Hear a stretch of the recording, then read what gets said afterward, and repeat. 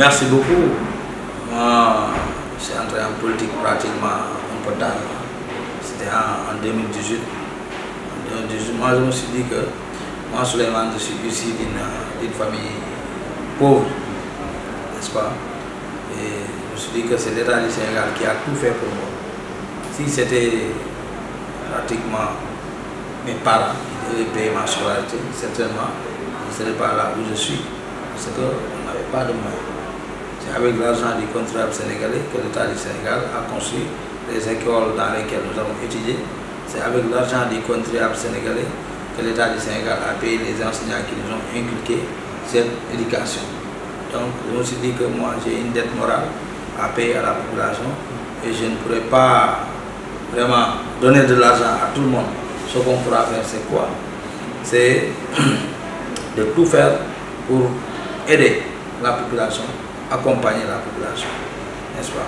C'est ce qui nous a poussé à entrer dans l'arène politique et nous avons créé un parti politique à l'âge de 33 ans qui s'appelle Synergie pour un développement durable, SDD. Pourquoi nous avons choisi le terme synergie? Moi je suis conscient que moi, Souleymane Ndiaye, et des tonnes de diplômes, moi seul, je ne peux rien réussir. C'est la raison pour laquelle nous nous sommes dit que du vendeur de cacahuètes jusqu'à l'agrégé, chacun a quelque chose à apporter pour la construction du pays. C'est la raison pour laquelle nous avons choisi le terme synergie. Maintenant, le concept du développement durable. Souvent, quand on parle du développement durable, beaucoup de gens le confondent avec les partis écologiques, mais c'est différent. Le développement durable a trois piliers. Il y a le pilier économique, il y a le pilier social, mais il y a le pilier également environnemental. C'est beaucoup plus englobant. Et vous entendez parler du réchauffement climatique, du changement climatique, des accords de Paris sur le climat. Et au Sénégal également, nous avons découvert du pétrole, du gaz et d'autres ressources naturelles. Il va falloir vraiment exploiter ces ressources, mais tout en prenant en compte les générations futures. C'est le concept du développement durable. Maintenant, quand on parle d'un parti politique, on va nous demander quelle est votre idéologie. Il est vrai qu'on ne mange pas des idéologies, n'est-ce pas? Mais lorsque vous allez déposer vraiment vos dossiers au niveau du ministère de l'Intérieur, il va falloir que le parti s'identifie à un courant idéologique. Bien vrai que le communisme est mort depuis la chute du mur de Berlin, les socialistes vont vous dire que nous sommes des sociodémocrates et les libéraux vont vous dire que nous allons tirer ce qu'ils vont dire du socialisme. Nous avons choisi comme idéologie ce qu'on appelle le centrisme. Le centrisme, c'est l'idéologie du juste équilibre, un compromis entre la gauche et la droite. Nous, tout ce qui nous intéresse, c'est quoi? C'est ce qui va faire avancer le pays. Qu'une idée soit communiste, libérale ou socialiste, l'essentiel est que cette idée nous permette de faire avancer le pays. C'est ce qu'on appelle du pragmatisme économique. Maintenant, nos partis politiques, il y a ce qu'on appelle les signes distinctifs du parti. Il y a les couleurs du parti, il y a la devise du parti, mais il y a l'emblème du parti. Nous, notre devise, c'est liberté, égalité, solidarité. C'est important. Quand on n'est pas libre, on ne peut rien faire. Khalifa Sall et Karim Wade n'étaient pas libres, raison pour laquelle ils n'ont pas pu participer à l'élection présidentielle de 2019. L'égalité, ce sont les principes fondamentaux des droits de l'homme. Dès que vous avez la carte de membre de notre parti, nous sommes égaux. Demain, si vous voulez être secrétaire général à ma place, nous irons au congrès. Bien vrai que je sais que je vous batte à plat de couture, mais vous avez la possibilité vraiment de participer au congrès. Ça, c'est pour taquiner. Si quelqu'un d'autre également a gagné, il n'y a pas de problème. N'est-ce pas? La troisième composante, c'est la solidarité, l'entraide. Vous voyez que même à l'occasion de la fête de la Tabaski, j'ai pu offrir 50 tonnes de riz dans le département de Goudomp et 5000 bouteilles d'huile de 5 litres, 2000 autant pour moi. À Ziguinchor également, nous avons offert 50 tonnes de riz également et également des bouteilles d'huile de 5 litres. C'est important. Actuellement, nous sommes en période hivernale, ce qu'on appelle la période de suie. Il y a certaines familles vraiment qui ne parviennent pas à joindre les deux bouts. Donc, c'est l'occasion vraiment de les accompagner. C'est l'entraide, c'est le social, c'est important. Notre emblème, nous, c'est l'aigle. L'aigle, ce qui est un oiseau majestueux et royal. Et ça symbolise la puissance, la royauté, la sagesse. On va nous dire que d'accord, tout ça c'est beau, mais Souleymane, quand on crée un parti politique, quel est votre... Il y a des gens qui vous disent quel est votre programme. Mais on ne peut pas parler de programme actuellement, mais on parle de projet de société. Le programme, c'est lors d'une année électorale. Le jour où le parti SDD va dire que nous voulons briguer le suffrage du Sénégal, là où on parle de programme. Le jour où nous devons mettre sur la table notre plan de développement économique et social. Actuellement, nous sommes dans une coalition, la coalition de Nouveau Kéakar, et je suis loyal, fidèle au chef de l'État et je l'accompagne. N'est-ce pas? Mais nous avons quand même notre projet de société. Le projet de société, ce sont les points saillants. Si nous prenons point par point, nous, dans le domaine de la justice, ce que nous voulons, c'est l'indépendance de la justice afin de garantir l'égalité des citoyens devant le service public, devant la loi. Maintenant, le comment, c'est le programme qui va rentrer dans les détails. Et nous avons mis en place une commission juridique, au sein de laquelle il y a des juristes de renom qui vont me dire que c'est le présent, votre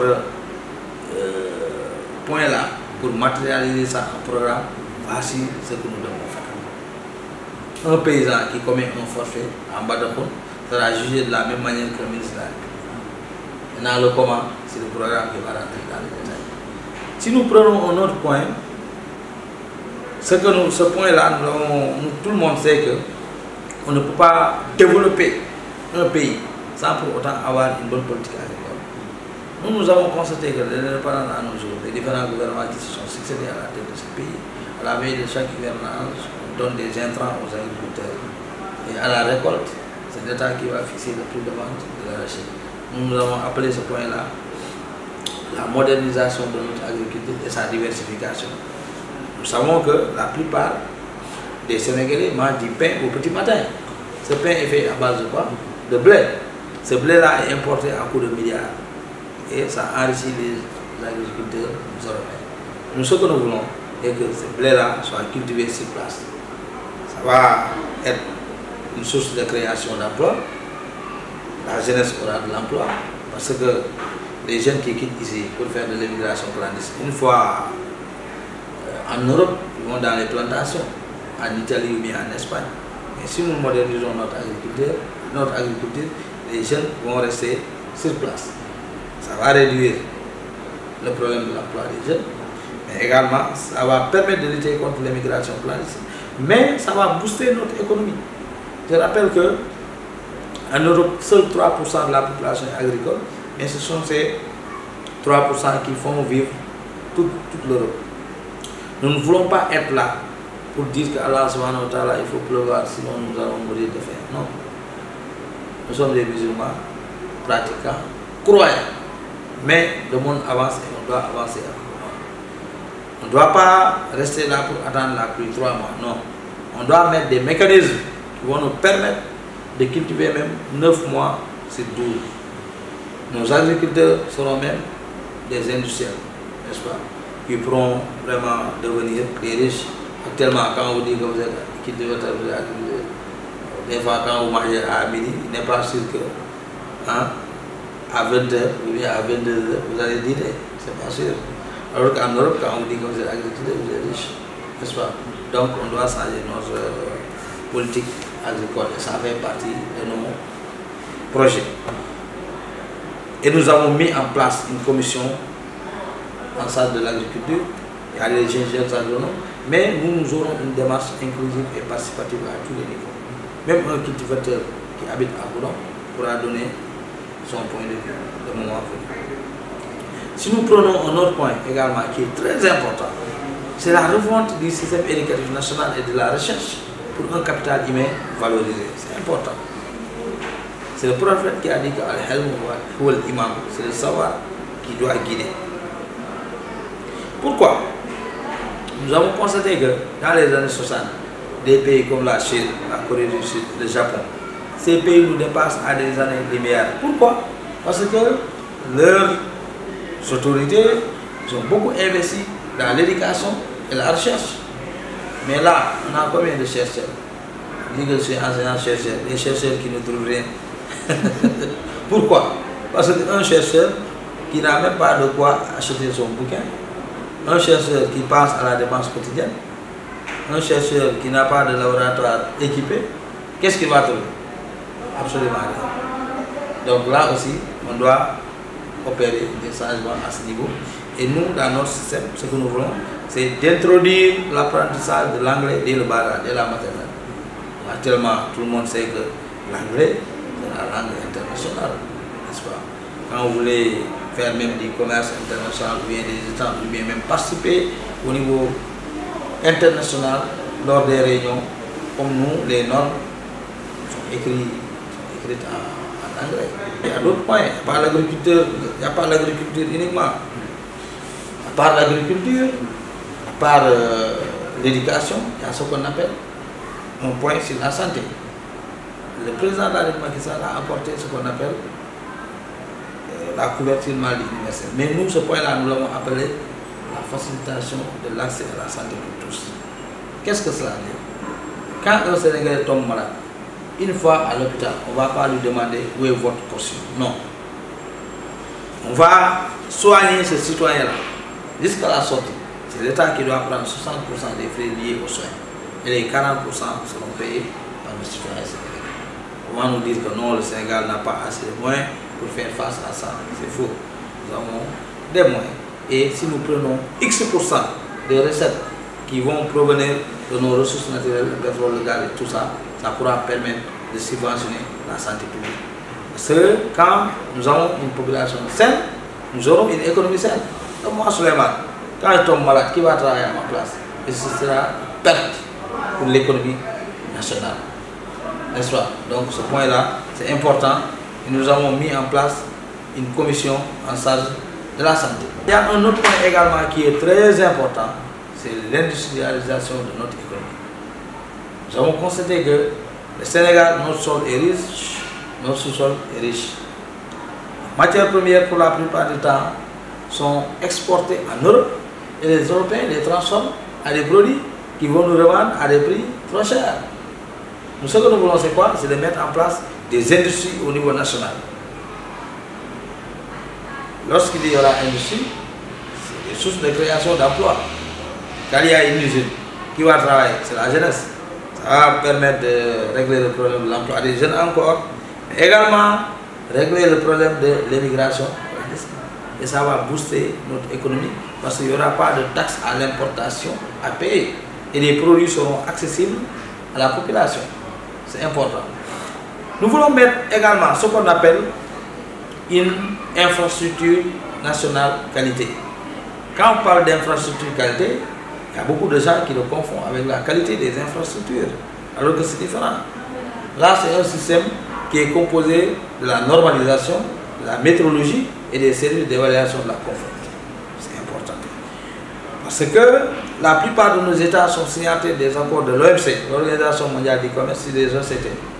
Je rappelle que le commerce mondial est régi par les normes internationales. Soit on normalise ou bien on subit. Et nous, nous ne voulons pas subir. Parce que si nous ne participons pas à l'élaboration des normes internationales, nos préoccupations nationales ne seront pas prises en compte. Et nous serons obligés de consommer tout ce qui nous vient de l'étranger. N'est-ce pas? Nous aurons un taux de croissance, mais ce sera un taux de croissance fictif. N'est-ce pas? Donc ce point-là est très important. Et je voudrais vraiment appeler même la direction du commerce intérieur, j'avais même commencé à travailler avec eux, de mettre au pire des cas ce qu'on appelle un programme VOC, un programme de vérification de toutes les marchandises avant leur embarquement au Sénégal. Cela va nous permettre de lutter contre les produits contrefaisants. C'est important. On doit travailler avec des organismes d'inspection comme Intertech, Veritas et tout ça. Lorsqu'on doit acheminer un produit au niveau national, ce produit-là, on doit le tester d'abord pour voir la conformité du produit aux normes en vigueur. Si c'est conforme, on donne à l'importateur un certificat de conformité qui sera authentifié par un organisme certificateur. C'est important. Parce que vous avez constaté que les Sénégalais n'ont pas une bonne espérance de vie. Pourquoi? Parce que nous n'avons pas une bonne alimentation. En Europe, si vous voulez vendre ce produit-là, il faut que le produit ait ce qu'on appelle un marquage, c'est conformité européenne.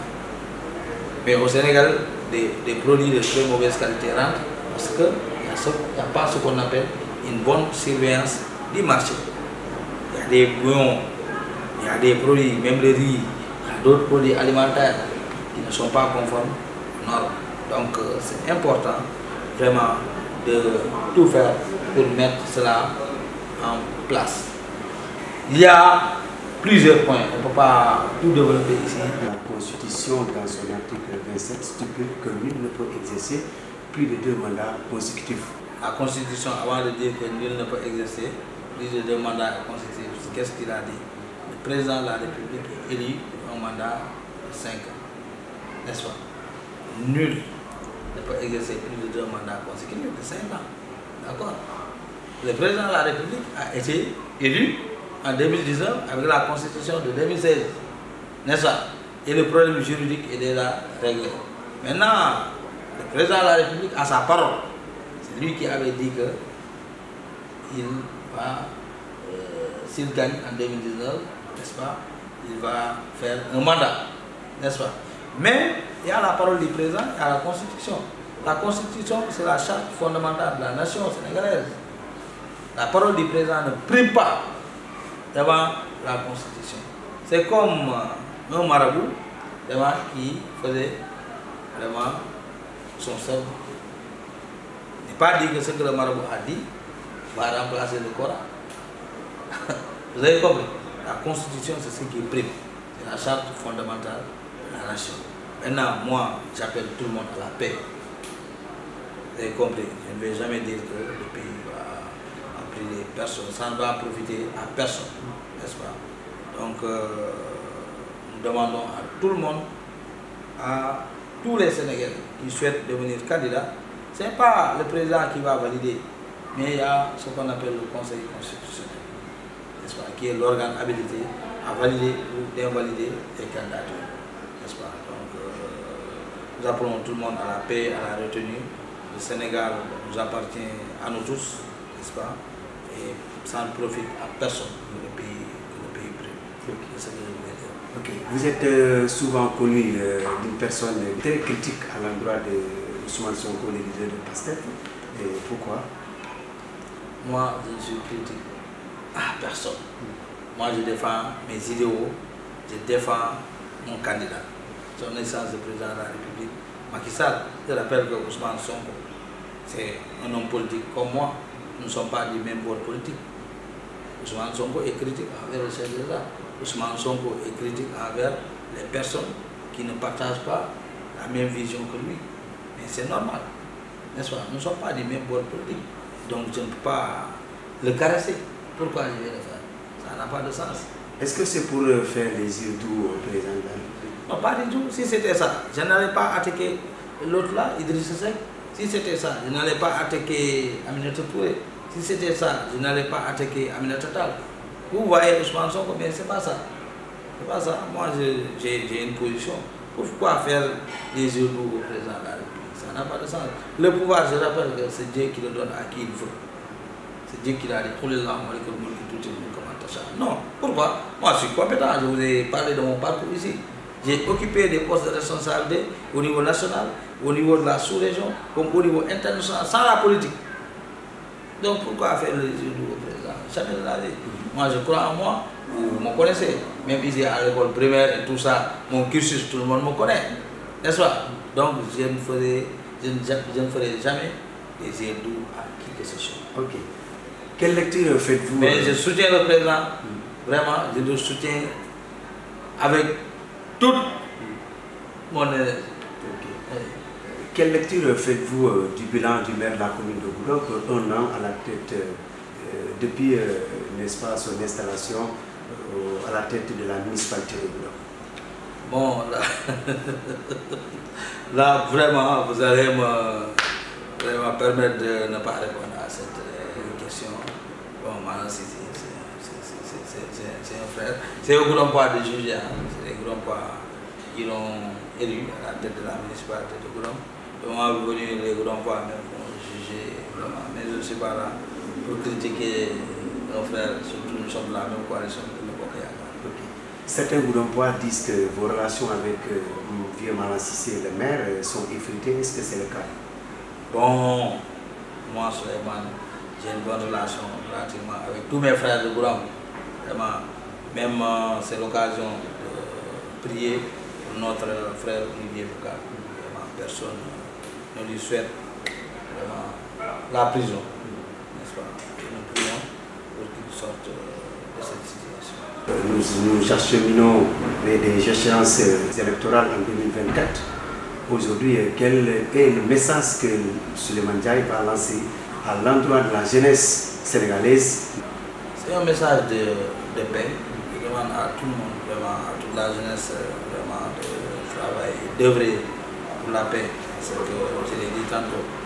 Le président de la République qui doit diriger le Sénégal, moi je souhaite que ce soit le président Macky Sall.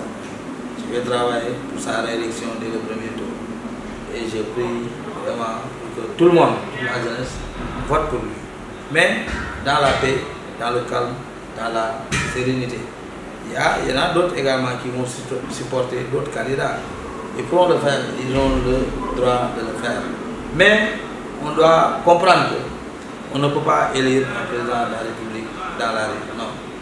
Mais c'est dans les urnes. Le Sénégal vraiment a toujours voté avant même les indépendances.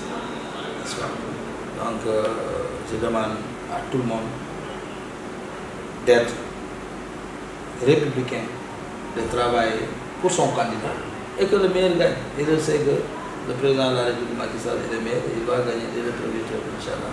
On va continuer à réaliser des projets d'envergure au Sénégal, Inch'Allah. Nous sommes au terme de cette émission. Merci beaucoup, monsieur le directeur de la SAPCO, par ailleurs président du parti SD2, Synergie pour un développement durable. Merci beaucoup.